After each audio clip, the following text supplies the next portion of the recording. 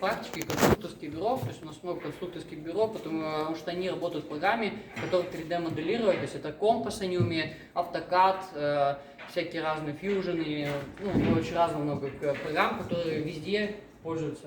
Ну, это основное, это компас 3D, конечно, русская программа. Понятно. Какие там экзамены, что там, просто аттестат? После аттестат. Баллы высокие, да, требуется высокий балл. Я вот не помню, сколько пошел. Математика, наверное, тоже такое. Не знаю точно. Нет, там В целом балл. средний балл. Средний балл, да, средний балл.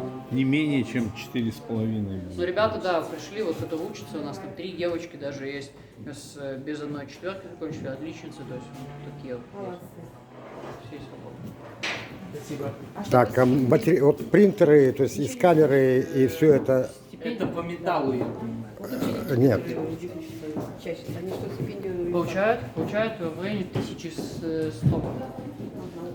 И есть повышенная стипендия 2000. Получается аппаратная часть и материалы, чье производство, кто поставляет? Лидер 3D, она является российское производство, то есть они у нас производят в Москве есть, по-моему, и еще в каком-то городе. И мы еще пользуемся тоже русской, все русское, у нас только все сканеры русского производства, компания Rand Vision, 3D принтеры тоже русского производства. Молодец, все, Picasso 3D. молодцы, мальчишки, девчонки, молодцы.